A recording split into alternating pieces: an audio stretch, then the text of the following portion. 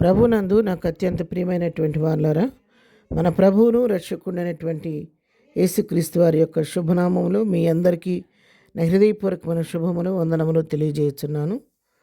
ఉదయకాల సమయంలో దేవుని వాక్యాన్ని ధ్యానం చేసుకుందాం. ఈరోజు వాక్య ధ్యానం కొరకు మనం తీసుకున్నటువంటి లేఖన భాగము హెబ్రీలకు రాసిన పత్రిక 12వ అధ్యాయము 14వ వచనం చదువుకుందాం.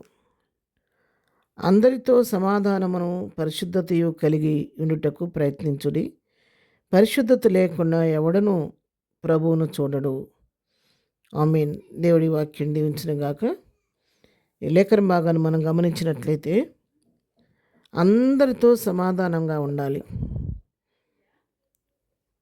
అసమాధానకర పరిస్థితులను విడిచిపెట్టి సాధ్యమైనంత వరకు అందరితో సమాధానంగా ఉండటానికి ప్రయత్నించాలి. పరిశుద్ధత కలిగి ఉండాలి. ఎప్పుడు కూడా మన పరిశుద్ధతను పోగొట్టుకోకుండా మన ఇతరులకు మాదిరికరంగా మనం సేవిస్తున్నటువంటి మన ప్రభు ఆయన పరిశుద్ధుడు కాబట్టి మనం పరిశుద్ధులుగా ఉండాలి. నేను పరిశుద్ధులై ఉన్న ప్రకారం మీరును పరిశుద్ధులై ఉండని చెప్పి దేవుని వాక్యం సెలవిచ్చిన రీతిగా ఎప్పుడు కూడా మన పరిశుద్ధతను కాపాడుకుంటూ పరిశుద్ధులుగా ఈ లోకంలో జీవించాలి. అందరితో సమాధానం కలిగి ఉండటానికి ప్రయత్నం చేయాలి. అందుకే రోమాపత్రికలో కూడా ఒక మాట రాయబడింది. రోమీలకు రాసిన పత్రిక 12వ అధ్యాయం 18వ వచనం చదువుకుంటే, శక్యమైతే మీ చేతనైనంత మట్టుకు సమస్త మనుషులతో సమాధానముగా ఉండడి. చేతనైనంత వరకు మనం ప్రయాసపడాలి.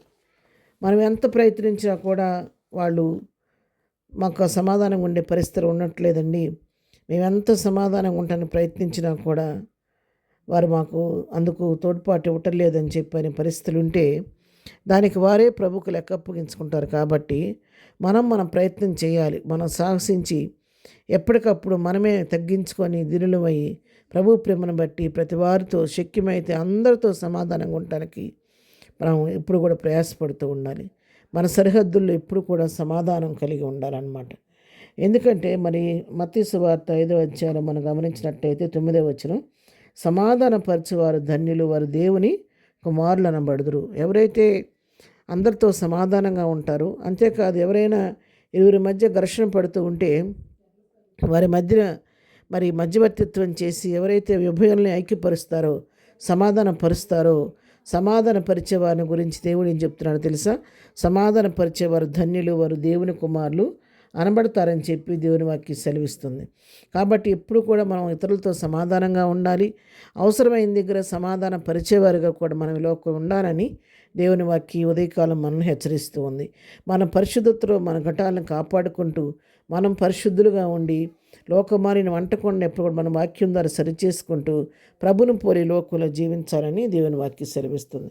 ఎందుకంటే పరిశుద్ధత లేకుండా ఎవరు కూడా ప్రభువుని చూడలేరని వాక్యం సెలవిస్తుంది. కాబట్టి మన ప్రభువుని దర్శించాలి, ప్రభువుని ఎదుర్కోవాలంటే తప్పకుండా మన పరిశుద్ధులుగా ఉండాలి. మరి ఇక్కడ మత్తయి సువార్తలోని 5వ అధ్యాయం మనం గమనించినట్టయితే, ఆత్మ విషయమై దీనులైన వారు ధన్యులు, పరలోక రాజ్యము వారిది.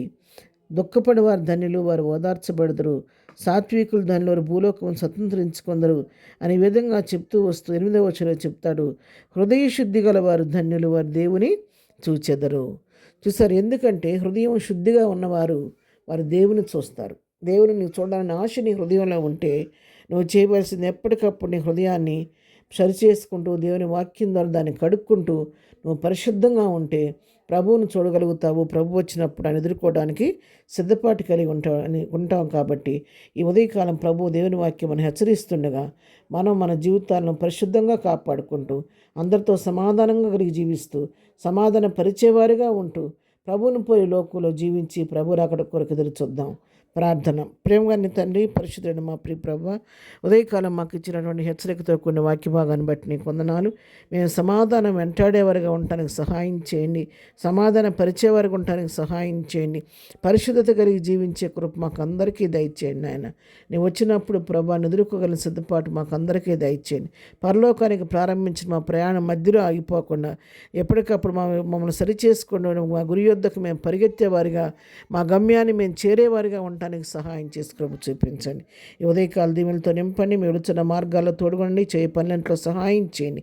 దినం బర్త్డే మ్యారేజ్ చేసుకున్న బిడ్డలను దీవించండి, ఆశీర్వదించండి. బలహీన గుణములు స్వస్థపరిచి దుఃఖులను ఓదార్చమని, ప్రతి వారి పట్ల నువ్వు కృప చూపించమని యేసు నామములో ప్రార్థించడి పొందుకొని ఉన్నాము తండ్రి. ఆమెన్. ప్రభు కృప సదాకాలము మనందరికీ తోడయుండి నడిపించును గాక. ఆమెన్.